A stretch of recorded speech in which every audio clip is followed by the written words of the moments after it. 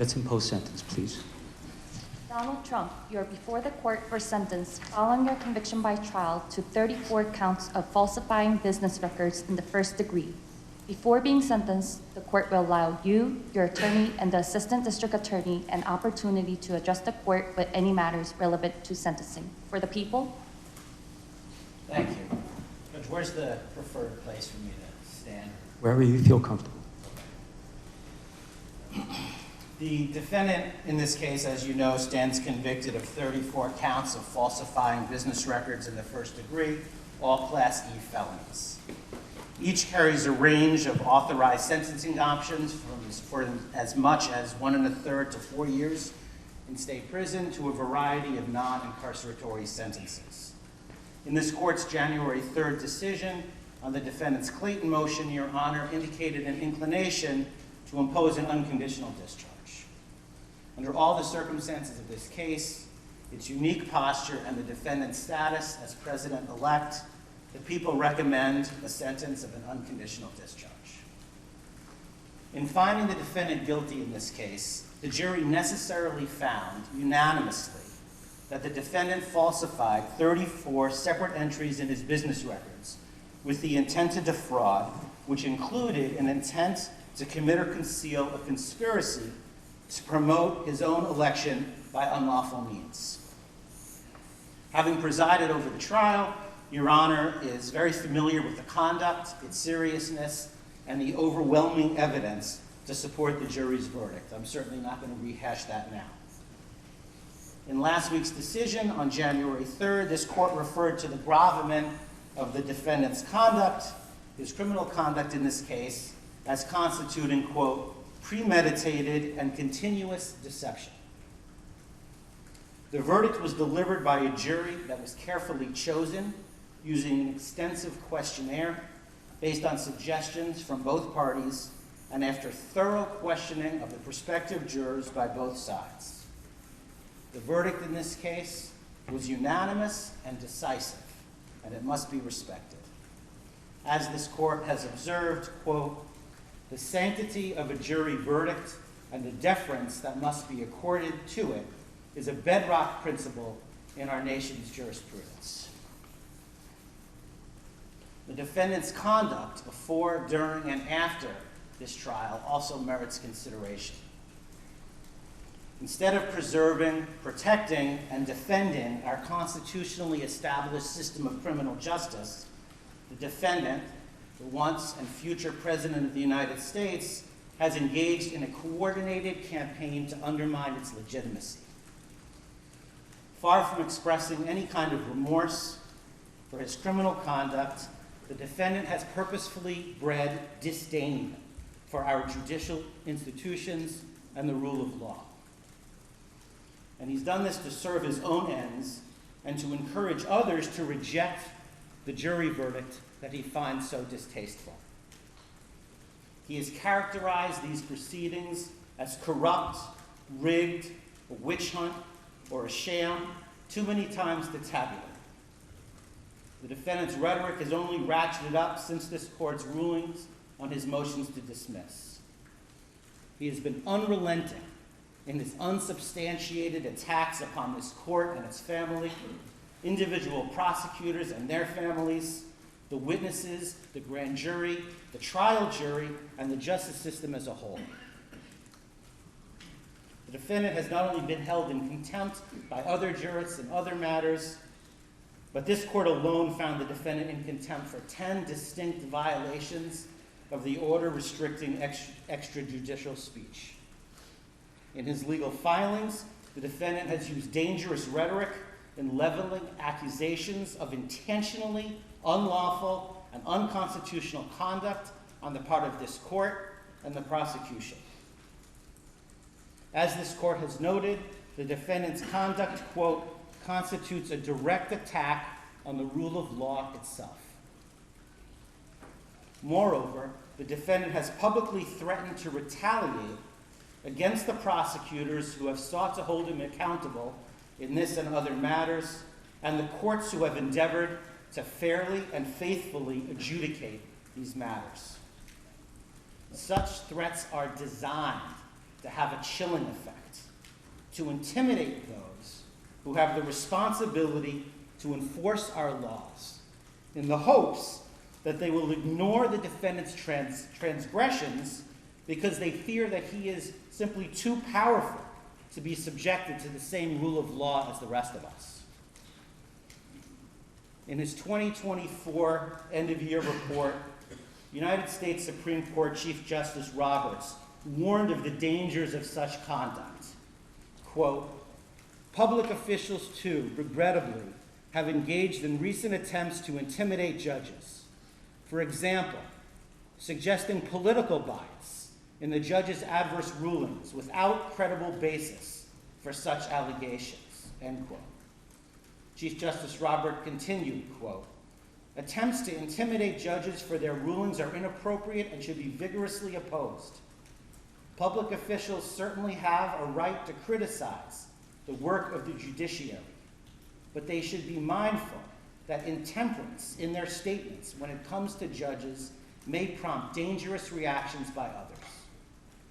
Chief Justice Roberts also spoke of the dangers of disinformation, which are, quote, "magnified by social media, which provides a ready channel to instantly spread rumor and false information."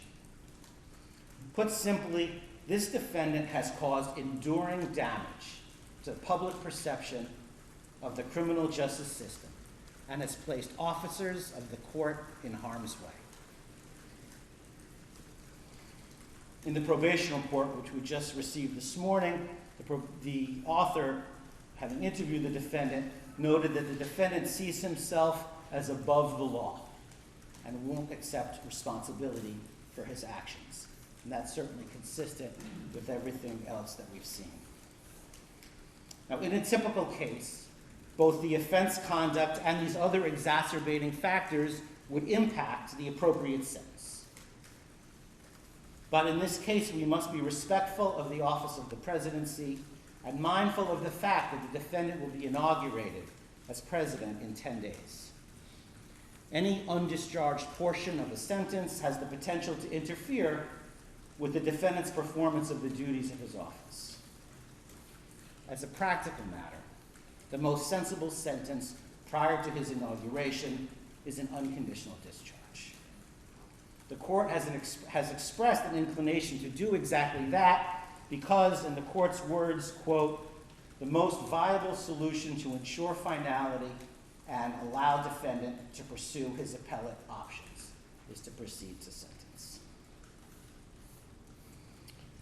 Now, as you know, in New York, a conditional discharge is authorized by penal law, quote, "if the court, having regard to the nature and circumstances of the offense and to the history, character, and condition of the defendant, is of the opinion that neither the public interest nor the ends of justice would be served by a sentence of imprisonment, and that probation supervision is not appropriate." An unconditional discharge is authorized if a conditional discharge is authorized and, quote, "if the court is of the opinion that no proper purpose would be served by imposing any condition upon the defendant's release." Because these crimes are felonies, the court must set forth in the record the reasons for its action. The American public has the right to a presidency unencumbered by pending court proceedings or ongoing sentence-related obligations. But imposing this sentence ensures that finality. Sentencing the defendant permits this court to enter judgment, to cement the defendant's status as a convicted felon while he pursues whatever appeals he intends to pursue. And it gives full effect and respect to the jury's verdict while preserving the defendant's ability to govern. People therefore recommend that this court impose a sentence of an unconditional discharge. Thank you. Thank you. Counsel. Thank you, Your Honor.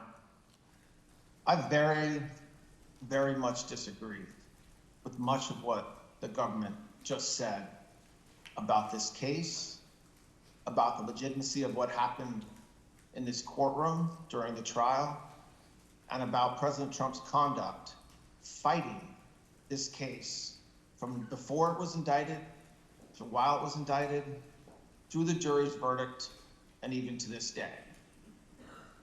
What the government just said presupposes something that we disagree with very much, which was that this was an appropriate case to be brought. It was not.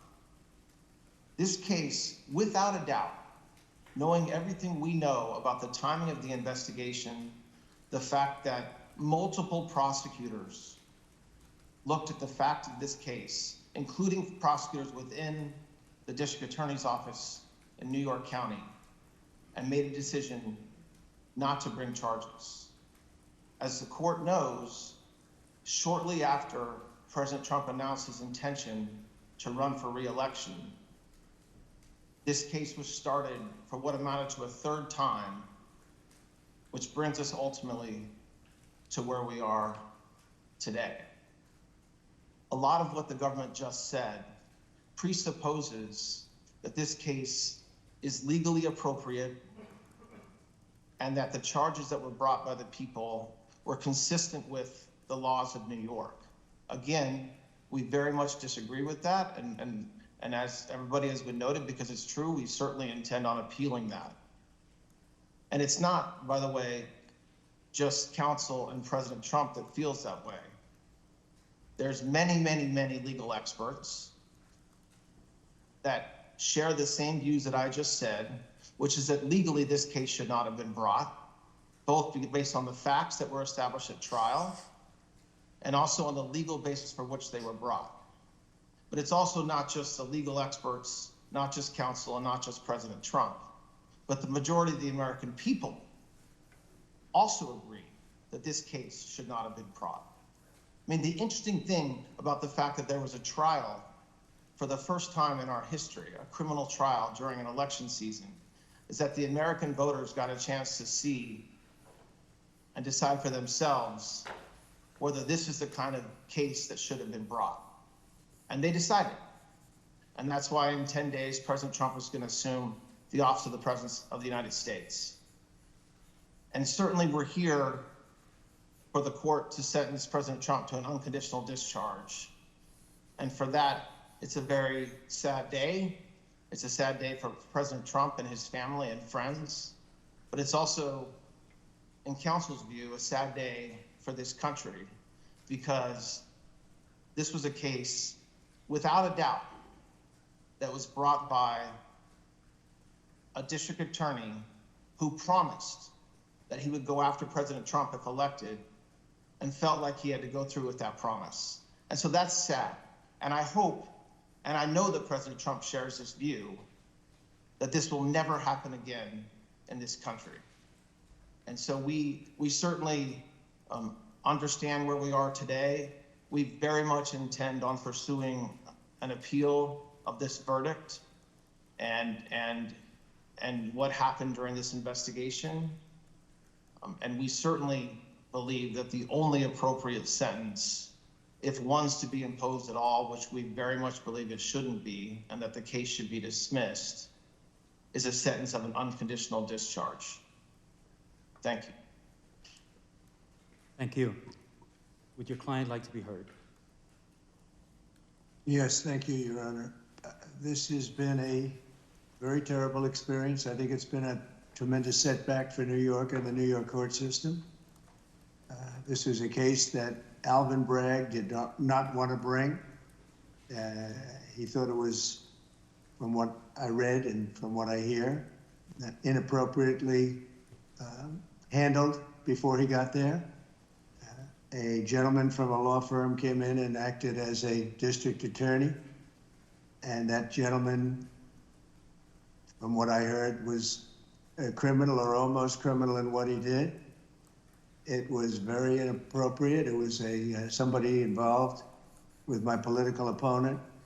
Part of the records that we're talking about, they're saying, I just noticed where he said I was falsifying business records. Well, the falsification of business records, as they say it, was calling a legal expense in the books where everybody could see them, a legal expense. In other words, that legal fees or legal expense were put down as legal expense by accountants. They weren't put down by me, they were put down by accountants. I didn't call them construction, concrete work. I didn't call them electrical work. I didn't call them any. They called a legal fee or a legal expense a legal expense. And for this, I got indicted. It's incredible, actually. Now, if you look, my attorney alluded to it, the top legal scholars and legal pundits in this country, the ones that are quoted all the time on television, that are making their views felt and highly respected people, have said, everyone, virtually everyone that I know of, I haven't seen any to the contrary, not one. And none of these people are not exactly friends of mine, to put it mildly. But they all said this is a case that should have never been brought. It's an injustice of justice. Very respected Jonathan Turley, Andy McCarthy, Judge David Rifkin, a wonderful man who just passed away, by the way, Greg Jarrett, Ellie Honig from CNN, of all places. CNN said that. Paul Ingrassia, Alan Dershowitz. They all said this is not a case that should be brought. It's not, think about it, legal expenses are down as legal expenses, and I get indicted for business records. Everybody should be so accurate. It's been a political witch hunt. It was done to damage my reputation so that I'd lose the election, and obviously that didn't work. And the people of our country got to see this firsthand because they watched the case in your courtroom. They got to see this firsthand, and then they voted, and I won and got the largest number of votes by far of any Republican candidate in history, and won, as you know, all 7 swing states, won conclusively all 7 swing states, and won the popular vote by millions and millions of votes. And they've been watching your trial, so they understood it. I wasn't allowed to use the lawyer-client privilege or the reliance on counsel. I had a lawyer that made this deal, and he admitted that. And he was also a totally discredited person. We weren't allowed to use the information from the Southern District that totally discredited him. It wasn't allowed to be put in. And that was terrible, unbelievable. And this is a man who's got no standing. He's been disbarred on other matters, unrelated. And he was allowed to talk as though he were George Washington. But he's not George Washington. He shouldn't have been allowed. The Southern District did a book of approximately 28 pages where I've never seen anything like it. They excoriated him. You wouldn't let it be put into evidence. So he was able to testify as a witness, and I think it's a disgrace to the system. I was under a gag order. I'm the first president in history that was under a gag order where I couldn't talk about aspects of the case that are very important. I guess I'm still under, so probably I won't do it now. I assume I'm still under a gag order. But the fact is that I'm totally innocent. I did nothing wrong. They talked about business records, and the business records were extremely accurately counted. I had nothing to do with them. That was done by an accountant or a bookkeeper who I think gave very credible testimony and was corroborated by everybody that was asked. And with all that's happening in our country today, with a city that's burning to the ground, one of our largest, most important cities burning to the ground, with wars that are uncontrollably going on, with all of the problems of inflation and attacks on countries and all of the horrible things that are going on, I got indicted over calling a legal expense a legal expense. It was called a legal expense. I just want to say I think it's an embarrassment to New York, and New York has a lot of problems, but this is a great embarrassment. I believe that this and other cases that were brought, as you know, the DOJ is very much involved in this case. That's because that's the political opponent they're talking about. The DOJ is very involved. You have a gentleman sitting right there from the DOJ who was from the DOJ's office. He was also involved with the New York State Attorney General's case. And he went from there to here. He went around and did what he had to do. He got them to move on me. But in the meantime, I won the election in a massive landslide. and the people of this country understand what's gone on. This has been a weaponization of government. They call it lawfare. Never happened to any extent like this, but never happened in our country before. And I'd just like to exclaim that I was treated very, very unfairly. And I thank you very much. Thank you, Mr. Trump. Mr. Trump, you appear before this court today to conclude this criminal proceeding by the imposition of sentence. Although I have taken the unusual step of informing you in advance of my inclinations, before imposing sentence, I believe it is important for you, as well as those observing these proceedings, to understand my reasoning for the sentence I am about to impose. The imposition of sentence is one of the most difficult and significant decisions that any criminal court judge is called upon to make. Our legislature sets the parameters for an authorized sentence, but it is a judge that must decide what constitutes a just conclusion to a verdict of guilty. A court is vested with broad discretion in determining what sources or evidence it may consider to arrive at an appropriate sentence. In doing so, the court must consider the facts of the case along with any aggravating or mitigating circumstances. In my time on the bench, I've been called upon to grapple with this weighty responsibility for countless defendants who have been found guilty after trial for an assortment of offenses, ranging from nonviolent Class E felonies to the most heinous of crimes, including homicides, sex trafficking, and child sexual abuse. The task is always difficult and deserving of careful consideration, whether the sentence be an unconditional discharge or incarceration of 25 years to life. However, never before has this court been presented with such a unique and remarkable set of circumstances. Indeed, it can be viewed fairly that this has been a truly extraordinary case. There was unprecedented media attention, public interest, and heightened security involving various agencies. And yet, the trial was a bit of a paradox because once the courtroom doors were closed, the trial itself was no more special, unique, or extraordinary than the other 32 criminal trials that took place in this courthouse at the same exact time. Jury selection was conducted, the same rules of evidence were followed, opening statements were made, witnesses called and cross-examined, evidence presented, summations delivered, the same burden of proof was applied, and a jury made up of ordinary citizens delivered a verdict. And it was all conducted pursuant to the rules of procedure and guided by the law. Of course, part of what made it feel somewhat ordinary was the outstanding work, preparation, and professionalism of the clerks, court officers, court reporters, security personnel, and the entire staff of this building who did their jobs as they would with any other criminal trial. So while one can argue that the trial itself was in many respects somewhat ordinary, the same cannot be said about the circumstances surrounding this sentencing. And that is because of the office you once occupied and which you will soon occupy again. To be sure, it is the legal protections afforded to the office of the President of the United States that are extraordinary, not the occupant of the office. The legal protections, especially within the context of a criminal prosecution, afforded to the office of the President have been laid out by our founders, the Constitution, and most recently interpreted by the United States Supreme Court in the matter of Trump versus the United States, which was decided on July 1st, 2024.